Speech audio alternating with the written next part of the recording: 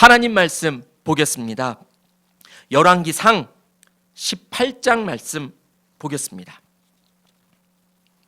열왕기상 18장 41절부터 46절까지 우리 천천히 성경책, 새번역 성경책 안 가지신 분은 화면을 보시고 가지신 분은 꼭 성경책을 찾아서 합독하기를 소망합니다. 읽겠습니다. 엘리야가 아합에게 말하였다. 빗소리가 크게 들리니 이제는 올라가셔서 음식을 드십시오. 아합이 올라가서 음식을 먹었다. 엘리야는 갈멜산 꼭대기로 올라가서 땅을 바라보며 몸을 굽히고 그의 얼굴을 무릎 사이에 넣었다. 그리고는 그의 시종에게 올라가서 바다 쪽을 살펴보라고 하였다. 시종은 올라가서 보고 와서 아무것도 보이지 않는다고 말하였다. 엘리야가 다시 그의 시종에게 7번을 그렇게 더 다녀오라고 하였다. 7번째가 되었을 때에 그 시종은 마침내 사람의 손바닥만한 작은 구름이 바다에서부터 떠올라 오고 있다고 말하였다. 그러자 엘리야는 아합에게 사람을 보내어서 비가 와서 길이 막히기 전에 어서 병거를 갖추고 내려가라는 말을 전하라고 하였다. 그러는 동안에 이미 하늘은 짙은 구름으로 캄캄해지고 바람이 일더니 곧 큰 비가 퍼붓기 시작하였다. 아합은 곧 병거를 타고 이스라엘로 내려갔다. 주님의 능력이 엘리야와 함께 하였기 때문에 엘리야는 허리를 동여매고 아합을 앞질러서 이스라엘 어귀에까지 달려갔다. 아멘. 오늘은 엘리야 이야기를 통해서 작은 소망이 큰 소망이 됩니다 라는 제목으로 우리 같이 말씀 나누었으면 좋겠습니다. 이런 이야기가 있습니다. 2차 세계대전 때에 아우슈비츠 감옥에 갇힌 유태인이 어떠한 희망도 보이지 않고 소망도 없는 그 감옥에서도 살 수 있었던 이유는 바로 캄캄한 감옥이지만 창 틈으로 들어오는 아주 작은 빛 하나 때문이었다는 그런 이야기 말이지요. 그 작은 빛이 우리의 삶의 소망이 될 수 있다는 것을 우리들에게 교훈으로 들려주는 것만 같습니다. 지금이야말로 작은 소망이 있어야 될 때가 아닌가 생각해 봅니다. 어떤 큰 것 바라지 말고 작은 소망, 작은 빛, 그것 하나님 저희들에게 허락하여 달라고, 또 나아가서 우리가 다 많은 사람들에게 그러한 작은 소망, 작은 빛이 될 수 있게 해달라고 그렇게 기도할 수 있는 지체였으면 좋겠습니다. 말씀 들어가겠습니다. 몇 년째 비가 오지 않는 북이스라엘 나라에 있었던 일입니다. 위대한 선지자 엘리야가 있었습니다. 그 나라에 극심한 가뭄이 지금 들고 있는데요. 그 이유는 북이스라엘 나라의 왕을 비롯해서 아합 왕을 비롯해서 모든 백성들이 하나님 보시기에 악한 일을 했기 때문이지요. 그 비가 오지 않았던 그 이유에 대한 말씀이 열왕기상 17장 1절부터 16장 29절부터 17장 1절까지 나오는데요. 그 중에 우리 17장 1절을 한번 볼까요? 열왕기상 17장 1절 우리 같이 읽겠습니다. 길르앗의 디셉에 사는 디셉 사람 엘리야가 아합에게 말하였다. 내가 섬기는 주 이스라엘의 하나님께서 살아계심을 두고 맹세합니다. 내가 다시 입을 열기까지 앞으로 몇 해 동안은 비는커녕 이슬 한 방울도 내리지 않을 것입니다. 아멘. 지금 그 북이스라엘 나라에 비가 오지 않는 이유는 바로 그들 때문이라고 하나님께서 말씀하셨고 비를 하나님이 막으셨기 때문이라고 지금 17장 1절에서 말씀하고 있습니다. 그러니까 우리는 그 누구도 비를 오게 할 수 없다라는 걸 알 수 있습니다. 하나님이 막으셨으니까요. 하나님이 하신 일은 그 누구도 막을 수 없는 줄 믿습니다. 그래서 몇 년 동안 18장 1절에 보면 많은 날이 흘러서 3년이 되던 해에 주님께서 엘리야에게 말씀하셨다. 많은 날이 흘러서 3년이 되도록 비 한 방울 오지 않았습니다. 아까 읽었던 17장 1절 말씀을 빌면 이슬 한 방울도 내리지 않는 아주 정말 극심한 마른 땅, 그러한 나라가 되었습니다. 그리고 우리가 잘 알고 있는 이야기, 바알 선지자들과의 대결 구도의 말씀이 18장 1절부터 나옵니다. 백성들이 바알 신을 섬길 수밖에 없었습니다. 비가 오지 않았거든요. 농사가 되지 않았거든요. 그런데 그때 들어왔던 신들 중에 농사의 신이 있었습니다. 그 농사의 신이 바알 신이었어요. 그런데 그 바알 신은 많은 모든 신들의 아버지 신으로 불렸던 신입니다. 그러니까 이스라엘 백성들이 아합 외에 그 왕비로 온 이세벨이 데리고 왔던 그런 선지자들, 그러니까 바알 제사장들, 죄송합니다, 제가 선지자라는 단어를 썼습니다. 바알의 제사장들, 그러한 사람들 때문에 알게 된 것이지요. 농사의 신, 모든 신들의 아버지 신 바알을 섬겨야 한다. 그러니까 농사되지 않고 많이 굶어가고 있는 그 백성들이 붙잡을 수 있는 지푸라기는 바알신밖에 없었던 것이지요. 그 농사의 신 바알신을 붙잡았는데 3년이 되도록 그 땅에 비는 오지 않았던 거예요. 그때 다시 한번 엘리야 선지자가 나타나서 바알 선지자들, 그런 사람들과 몇백 명과 싸우게 되지요. 그리고 우리가 다 아는 것처럼 하늘에서 하나님께서 불을 내려주셔서 그 땅엔 이제 바알 제사장들이 다 죽고 나는 당연한 승리이지만 큰 승리를 엘리야가 거두게 되었습니다. 그런데 백성들에게는 아무 소용이 없는 거예요. 왜냐하면 백성들이 원하는 것은 딱 하나, 비가 오는 것밖에 없거든요. 비가 와야 돼요. 바알 제사장들이 죽었어요. 몇백 명이 죽었어요. 아세라 목상 섬기는 그런 제사장들이 다 죽었어요. 그들이 백성들과 무슨 상관이 있겠습니까? 비가 오지 않는데요. 백성들은 비가 와야 아마도 하나님을 바라볼 것 같습니다. 그런데 그러한 일들은 일어나지 않지요. 백성들이 지금 엘리야만을 바라볼 것 같습니다. 많은 그 자리에 모여 있었던 대충 약 3,000년 전에 지금 그 자리에 많은 북이스라엘 나라 백성들과 엘리야 선지자와 아합 왕과 오바댜 대신을 비롯한 많은 그런 신하들이 그 자리에 있습니다. 그런데 갑자기 오늘 우리가 읽었던 본문 42절에 보면 아합이 엘리야의 그런 말을 듣고 위에 올라가서 밥을 먹습니다. 그러한 장면이 나옵니다. 그리고는 엘리야가 무릎을 꿇고 기도합니다. 얼굴을 무릎 사이에 넣었다 그랬습니다. 그러니까 그렇게 간절하게 기도하는 겁니다. 하늘에서 불이 내려왔습니다. 물에 푹 젖었던 나무들이 다 불탈 정도로 강한 불이 하늘에서 내려왔습니다. 그것을 엘리야 선지자만 목격한 것이 아니라 북이스라엘 백성들이 그 자리에 있는 모든 사람들이 다 목격을 했던 거죠. 그러니까 지금 모든 사람들의 그 시각은 엘리야 선지자에게 가 있습니다. 그리고 엘리야 선지자가 무릎을 꿇고 기도합니다. 백성들의 마음속엔 곧 비가 오겠지. 곧 비가 오겠지. 그런 기대감에 가득 차 있었을 겁니다. 우리 본문 44절 볼까요? 본문 44절 우리 같이 읽겠습니다. 7번째가 되었을 때에 그 시종은 마침내 사람의 손바닥만한 작은 구름이 바다에서부터 떠올라오고 있다고 말하였다. 그러자 엘리야는 아합에게 사람을 보내어서 비가 와서 길이 막히기 전에 어서 병거를 갖추고 내려가라는 말을 전하라고 하였다.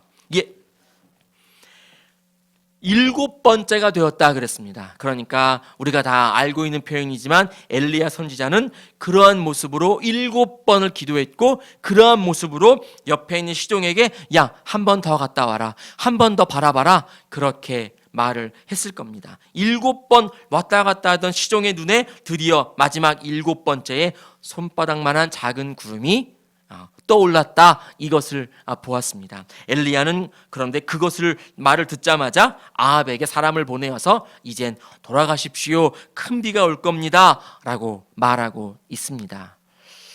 엘리야 선지자의 눈에도 작은 구름, 아주 작은 구름만 보았을 뿐인데 그는 큰 비가 올 것이라는 믿음의 눈으로 아합 왕에게 고하고 있는 것이죠. 분명 말씀에는 백성들이 그 작은 구름을 보았다라는 말씀은 없습니다. 그러므로 그 백성들은 아마도 엘리야만 바라보고 있지 않았을까 생각을 해봅니다. 하지만 뭐 만약에, 성경은 만약이란 단어를 좀 붙이면 안 되지만은요, 아주 만약에 백성들이 그 작은 구름을 보았다고 우리 한번 상상해 볼까요? 그러면 그 백성들은 어떤 생각을 했을까요? 저게 뭐야? 그러지 않았을까요? 지금 하늘에서 불이 내려왔는데 그 여호와 야훼 신은 하늘에서 물은 못 내려다 주나 보지? 아마 그런 조롱, 비아냥거림, 그런 말 하지 않았을까요? 그런데 반대로 엘리야는 그 작은 손바닥만한 구름을 보고 큰 비를 바라보았다는 거잖아요. 지금 우리가 다시금 돌아봐야 할 겁니다. 우리에게 던져야 할 겁니다. 그 백성들이 하늘에서 불이 내려왔을 땐 하나님을 바라봤습니다. 그리고 뭐 우레와 같은 박수나 뭐 이런 것들을 우리가 상상해 볼 수 있지요. 그런데 하늘에서 그 다음 물은 내려오지 않아요. 비는 내려오지 않아요. 그럴 때 그 백성들은 아마도 한순간에 하나님을 저버리지 않았을까, 또 그런 생각을 해봅니다. 그럼에도 불구하고 하나님은 지금 어디에 계실까? 그것입니다. 오늘 우리가 이 예배를 통해서 다시 한번 마음속에 생각해 봐야 할 것은 하나님은 지금 어디에 계실까라고 하는 것입니다. 하나님이 내 옆에, 내 마음속에 계신다면 작은 소망도 큰 소망이 될 것이고, 지금 하나님이 내 옆에 있지 않다라는 그러한 생각을 하고 있다면 작은 그 구름, 작은 소망은 그저 바람이 후 불면 없어지고 마는 그러한 허튼 구름, 그냥 작은 소망에 지나지 않게 될 것입니다. 여러분, 우리 지금 있는 그 자리에서 고백하시지요. 지금 하나님이 여러분 어디에 계십니까? 옆에 계십니까? 아니면 저기 심리 밖에 계십니까? 어디에 계십니까? 그런 담대한 우리들의 고백이 있었으면 좋겠습니다. 제가 중학교 때 읽었던 책이 한 권 있습니다. 화면으로 보실 수도 있는데요. 나이트라고 하는 책입니다. 제가 중학교 때 읽었으니까 저도 나이를 좀 꽤 먹었거든요. 제가 중학교 때면 1986년, 87년 그때 제가 이 엘리 위젤이 쓴 나이트, 그때는 흑야라고 그랬는데요. 그 책을 읽고 아직까지 기억에 남습니다. 그렇게 뇌리에 박혀 있습니다. 엘리 위젤은 유태인입니다. 그래서 아우슈비츠 감옥에 15살 어린 나이에 갇혔는데요. 이 사람은 살아났어요. 90%가 다 죽고 10%의 살아있는 그 생명 중에 이 엘리 위젤이라는 사람이 있었습니다. 그는 나중에 해방이 되고 아우슈비츠에서 나온 이후에 미국에 건너가서 공부를 하고 아주 훌륭한 기자 겸 작가가 되었습니다. 나중에 이 작가는 노벨 평화상까지 받는데요. 그가 쓴 이 나이트라는 책을 보시면 거기에 이런 대목이 나옵니다. 한 어린아이가 너무 배가 고팠습니다. 그래서 자기도 모르게 작은 빵 조각 하나를 훔쳐 먹었습니다. 근데 그게 독일 병사에게 발각되었어요. 그래서 그는 어린 아이였지만 단두대 앞에 서게 되었습니다. 어린이고 뭐고 그때는 없었다고 그러잖아요. 유태인이라면 다 죽이는 그런 시절이었으니까요. 그 어린아이가 단두대 앞에 섰습니다. 단지 빵 하나 한 조각 훔쳐 먹었다는 이유로요. 그가 단두대 앞에 섰고 그것을 그 아우슈비츠에 갇혀있는 모든 유태인들을 불러 모아서 그 자리에서 구경하게 만들었습니다. 그때 엘리 위젤 어린아이, 이 15살 어린아이도 거기에 있었다고 그럽니다. 그가 저기서 들려오는 말을 들었는데요. 작은 목소리로 지금 하나님은 어디에 계시는가? 라는 소리였답니다. 그런데 그것에 대한 답변의 소리가 또 들려왔답니다. 지금 하나님은 저 아이와 함께 단두대에 계셔 라는 말이었습니다. 물론 이 책에서는 그 뉘앙스가 이제 우리는 끝났다, 하나님도 단두대에 저 아이와 함께 죽임을 당하고 말겠구나, 우리의 소망은 없구나, 자포자기하는 그런 심정의 소리였을 겁니다. 그런데 어린 제 나이, 저 중학교 때 교회 회장이었습니다. 그 어린 저에게 이게 큰 은혜로 다가왔습니다. 하나님은 저런 단두대에도 서 계시는구나, 저 아이와도 함께 계시는구나, 저런 고통스러운 곳에서도 하나님이 우리와 함께 계시는구나. 여러분, 이때는 아멘 하는 겁니다. 하나님이 극도의 고통 중에 있는 사람에게도 함께 하시는구나. 아멘. 하나님이 지금 우리들과도 함께 하시는 줄 믿습니다. 다시 한번 질문할까요? 지금 하나님은 여러분 어디에 계십니까? 아까 예배 시작할 때 아무것도 두려워 말라 이 찬송 드렸지만 그러면서 괜히 눈물 또르르 흘리지만 참 눈물 흘릴 필요도 없습니다. 그렇지요. 하나님은 바로 이 자리에 계시는 줄 믿습니다. 우리 마음속에 역사하고 계시는 줄 믿습니다. 그 작은 곳, 그 힘든 곳, 그곳에서도 그 빛 하나 때문에 살 수 있는 힘을 얻고 작은 소망 하나를 바라보지만 저것이 변하여 큰 소망이 될 것이라는 것을 바라보고 나아가는 그런 신앙인이 되었으면 좋겠습니다. 그러한 믿음의 눈, 영적인 눈을 가지고 하나님께 한 걸음 한 걸음 이 세상 안으로 한 걸음 한 걸음 들어갔으면 좋겠습니다. 다시 말씀으로 돌아갑니다. 작은 구름을 엘리야가 보았습니다. 그리고 엘리야가 왕에게 외칩니다. 돌아가십시오. 큰 비가 올 겁니다. 그리고 46절에 보면 병거를 타고 이스라엘로 가는 아합 왕을 앞에서 지금 엘리야 선지자가 앞서갔다, 달려갔다 그런 말씀 있습니다. 좀 과장된 말 같기도 하지만 여러분 우리 하나님 믿는 우리가 많은 사람들을 이끌어야 합니다. 뒤쫓아가서는 안 됩니다. 이 말씀 어떤 신학자가 이런 표현을 했더라고요. 아합 왕 앞에서 엘리야 선지자가 가는 것을 지금 우리들에게 하나님께서 하시는 말씀이다. 뒤따라가서는 안 된다. 항상 앞장서 가야 한다. 이것입니다. 우리는 어떠한 상황, 어떠한 시간에 있든지 우리가 앞장서 가야 하는 줄 믿습니다. 정치적인 얘기는 굳이 하고 싶지도 않습니다. 또 지금 일말의 사태도 말하고 싶지 않습니다. 우리가 지금 오늘날 많은 사람들이 우리 기독인들을 어떻게 바라보고 있는가? 그것만 보면 알 수 있습니다. 어떤 그러한 기사만, 코로나 기사만 나와도 그 댓글 중에는 분명 우리 기독인들을 조롱하는 이야기들이, 그런 댓글들이 많이 달려 있습니다. 여러분 누구 잘못입니까? 그렇게 욕하는 그들 잘못입니까? 그렇게 만든 우리 잘못입니까? 우리 기독인들, 우리 잘못입니다. 제 잘못입니다. 여러분 그러한 마음으로 다시 한번 주님께 엎드렸으면 좋겠습니다. 얼마 전에 제 카톡에 광고성 문자가 하나 왔습니다. 기독교 물품을 만들어서 판매하는 그런 회사인데요. 거기에 그 부장님을 잘 알아서 목사님하고 저에게 이제 광고성 문자가 왔는데 그게 뭐였냐 하면 마스크 광고였습니다. 하나하나 비닐에 포장되어 있고요.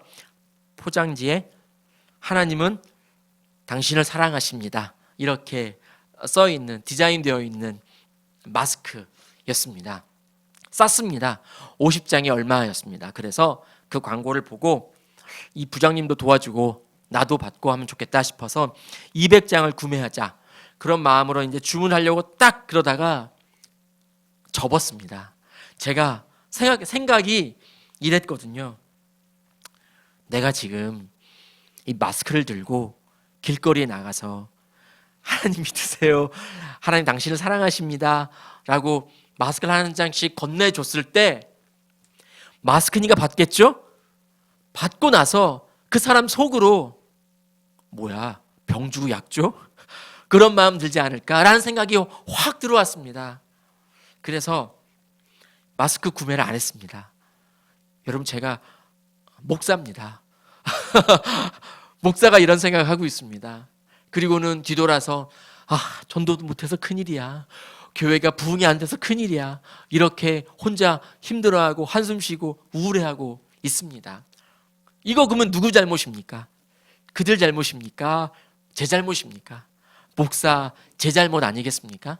그런 담대함도 없어지고 그러한 용기도 없어지고 뒤돌아서는 남 탓을 하면서 쟤 때문이야, 저 사람 때문이야, 저 때문이야, 저도 그러고 있습니다. 다시 한번 깨달아야 하겠습니다.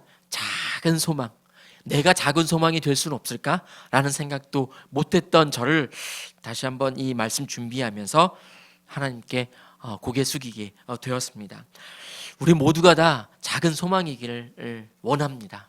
손바닥만한 작은 구름이면 어떻습니까? 그 작은 구름이 변해서 큰 비가 되었습니다.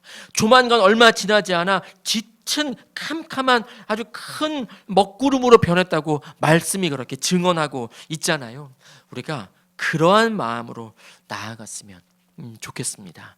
엘리야 선지자도 그랬습니다. 하나님이 담대하게, 우리 아까 읽었던 17장 1절 말씀 다시 한번 보시면 담대하게 엘리야 선지자는 아합 왕에게 나아갔습니다. 그리고 그 앞에서 이렇게 하나님이 혼내는 거라고 외쳤습니다. 그러한 담대함이 있었습니다. 그런데 2절에 물론 하나님께서 엘리야에게 너가 동쪽으로 가서 숨어 있어라 라고 명령하셨지만 엘리야가 그 말씀에 순종한 것도 있지만 철저하게 숨어 지냅니다. 그 마음에 두려움이 없겠습니까? 그 마음에 두려움이 있었다는 거예요. 그런데 그러한 엘리야를 하나님이 먹이십니다. 물을 마시게 하십니다. 무엇을 통해서? 먹을 건 까마귀를 통해서 먹게 하셨습니다. 그리고 잔잔하게 흐르는 그릿 시내라고 하는 그런 작은 시냇물을 먹게 하셨습니다.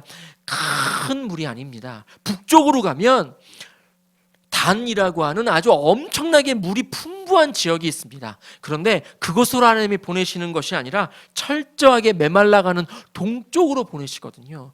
그릿이라고 하는 시냇가로 보내십니다.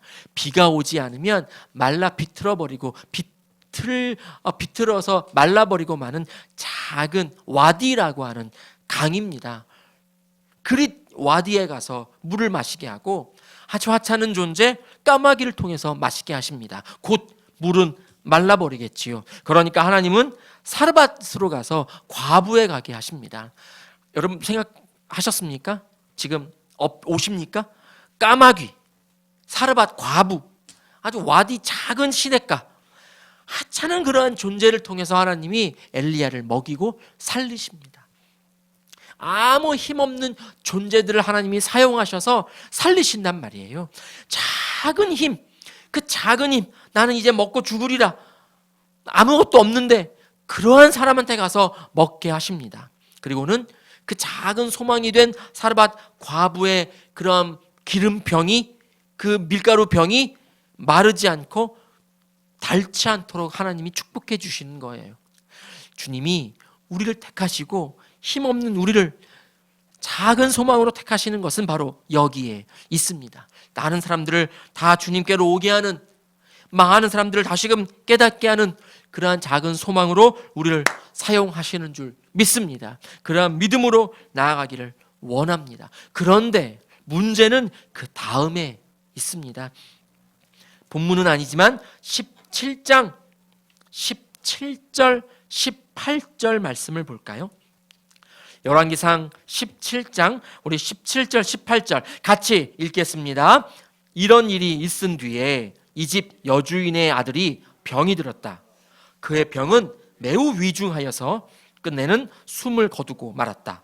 그러자 그 여인은 엘리야에게 이렇게 말하였다. 하나님의 사람이신 어른께서 저와 무슨 상관이 있다고 이렇게 저에게 오셔서 저의 죄를 기억나게 하시고 제 아들을 죽게 하십니까? 엘리야가 사르밧 과부의 가 제공한 먹을 것을 먹고 살았습니다. 그런데 그 과부는 다른 집에 새들어 있었나 보죠. 그 집에 여주인에겐 아들이 있었는데 그 아들이 죽었다는 거잖아요. 왜 죽었냐 하면 병이 위독했어요. 그래서 병 때문에 죽었어요. 그런데 그 여인이, 그 집주인이 누구 탓을 합니까? 엘리야 탓을 합니다.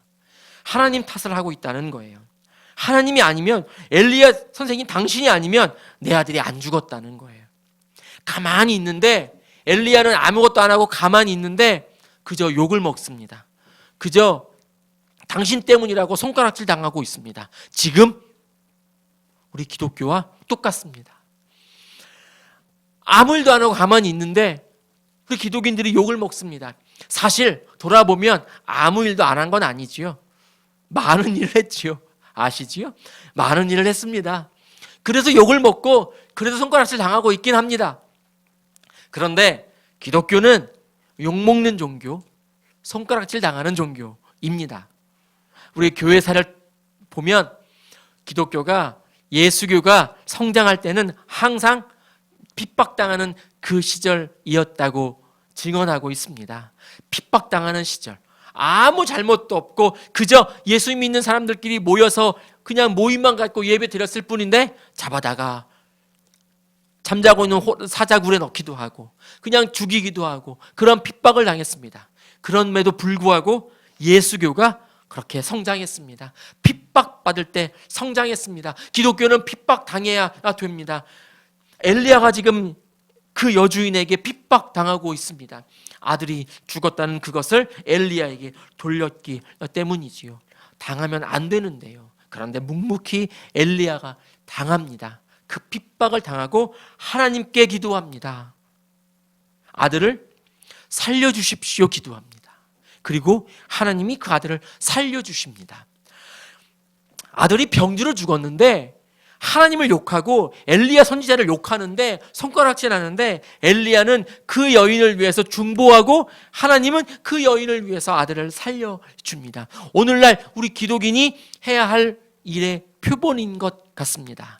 우리가 어떠한 일도 안 했는데 왜 예배를 못 드리게 해? 왜 우리를 막아? 우리를 핍박하는 왜 그래? 이것을 탓하고 욕하고 정부에게 으쌰으쌰 할 것이 아니라 그를 위해서 엎드려 기도해야 될 시간이 아닌가? 여러분 다시 한번 생각해 보시기를 바랍니다. 하나님이 원하시는 것이 어느 것인가를 우리가 다시 한번 생각했으면 좋겠습니다.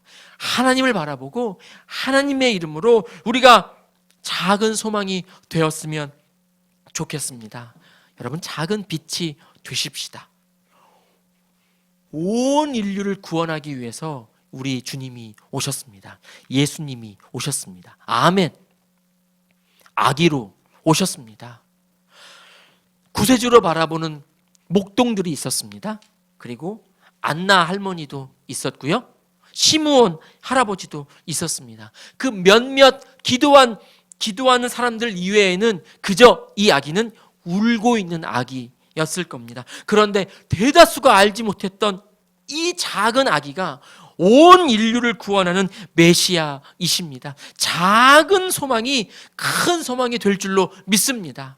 작은 아기가 온 인류를 구원하는 메시아 예수 그리스도이신 것처럼 우리 작은 빛이 되어서 이 온 인류를, 온 백성을 큰 소망으로 이끌 수 있는 기독인이 되기를 원합니다. 다른 데 힘쓰지 말고 으쌰으쌰하고 뒤 엎으려고 하고 이런 것에 힘쓰지 말고 내가 하나님 믿는 사람이라면 지금 이 시간 잠잠히 무릎 꿇고 기도해야 되겠습니다. 예배당에 못 나오게 한다는 것 이것 투덜거리고 탓하지 마시고 지금 있는 그 자리에서 열심히 우리 주님께 기도하시기를 바랍니다. 내가 작은 소망이 되고 내가 작은 아기 예수 그리스도를 전할 수 있는 그런 목동이 되자 그렇게 고백할 수 있었으면 좋겠습니다. 작은 구름이 큰 비가 되었습니다. 3년 가까이 3년이 넘도록 비가 오지 않았던 그 땅에 엘리야의 7번 기도 하나님이 들으시고 비를 허락해 주셨습니다. 7번 기도하는 그 인고의 시간이 참았더니 큰 비가 되었습니다. 지금 너무너무 힘들지요. 어찌 보면 저도 힘들다 그러지만 돌아보면 제가 제일 편한 것 같습니다. 그냥 교회에 나와서 말씀 읽으면서 있다가 돌아가면 되거든요. 교회 먹을 것도 우리 성도들이 준비해 주셔서 편하게 먹기도 하고요. 또 이렇게 있다가 더우면 선풍기 켜고 에어컨 켜고 심심하면 책 읽고 뭐 이러다가 인터넷도 하다가 편하게 있다가 돌아가는 것 같습니다. 성도들이 제일 힘들잖아요. 이 너무너무 힘들어하는 성도들과 함께 하지 못하는 것에 대한 참 그 미안함, 죄송함도 있습니다. 제 차가 조금 이상이 있어서 고치는 곳에 맡기고 천천히 걸어오고 있는데요. 걸어오는 그 길가에 작은 교회가 있었습니다. 다 예배도 못 드리고 하니까 문도 잠겨 있고 그렇지만 그 교회는 작은 교회인데 앞에 이렇게 우리 교회처럼 주보를 앞에 딱 이렇게 진열해 놨더라고요. 그 주보를 한 장 꺼냈습니다. 역시 8월 23일자 주보였습니다. 그것을 쭉 보고 있는데 광고란에 내일은 제 2차 드라이브 스루 신방을 하겠습니다. 그렇게 광고되어 있는 걸 봤습니다. 그거를 보면서 제가 땀 뻘뻘 흘리고 걸어오는데 성도들한테 정말 죄송하다라는 생각을 많이 했습니다. 그깟 오늘은 우리 이번 주에는 온라인 예배 드리겠습니다. 띡 문자 하나 보내고 그냥 개인적으로 한 명 한 명에게 잘 계시지요? 뭐 이렇게 문자 한번 보내고 말았던 좀 게으른 종이었구나, 목사였구나라는 생각을 다시 한번 했습니다. 많은 교회들이 어렵지만 그 교회를 섬기고 있는 성도들이 그렇게 어렵습니다. 그런데 그 성도들도 어렵지만 그 성도들뿐만이 아니라 다른 모든 사람들이 다 어렵습니다. 그럴 때 똑같이 어렵다면 우리 기독인들이 한 번만 더 무릎을 꿇어야 하지 않을까? 그런 생각을 해봅니다. 다른 곳에서 힘을 얻어서 그 힘으로 내가 뒤엎어야지, 막 으쌰해야지 이런 것에 바라보지 마시고 당할 땐 죄송하지만 좀 당해주면서 저도 잘 못 당하는데 당할 땐 좀 당하면서 기도하는 이 세상에 작은 소망이 되었으면 좋겠습니다. 그런 삶을 살고 나아가는 귀한 성도가 되기를 주의 이름으로 축원합니다. 우리 같이 기도하겠습니다. 지금 우리가 있는 이 자리에 하나님이 분명 임재해 계십니다. 우리가 하나님을 바라보고 나아가기를 원합니다. 작은 소망이 되어서 온 인류의 큰 소망으로 바라볼 수 있는 존재가 될 수 있도록 하나님, 저의 하나님 지금 어디에 계십니까? 제 마음속에 계시지요? 제 바로 옆에 저를 꼭 안고 계시지요? 그렇게 고백할 수 있는 지체가 되었으면 좋겠습니다. 그리고 오늘 찬양 드렸던 것처럼 하나님께 우리 마음속에 얘야 너 아무것도 두려워하지 말아라. 아무것도 원망하지도 말고 염려하지도 말아라. 내가 있지 않니? 그러한 고백의 소리를, 그러한 위로의 소리를 들을 수 있도록 이 시간에 주의 이름 한번 부르고 통성으로 기도하겠습니다. 주여